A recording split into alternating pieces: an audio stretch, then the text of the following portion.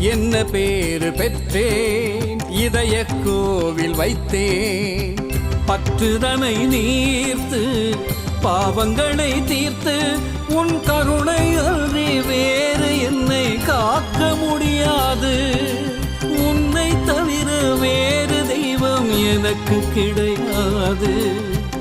உலகை நானும் துறந்து உண்மையினை உணர்ந்து, உலகை நானும் துறந்து உண்மையினை உணர்ந்து, பக்தியோடும் புத்தியோடும் உன்னோடு சேர்ந்திருக்க கோவில் ஒன்று கட்டி வைத்தேன் தெரியாதா? குருவே வந்து குடியேற கூடாதா? பேசாமல் நீ பேசும் மௌன மொழிதான் கேட்கும். பேசாமல் நீ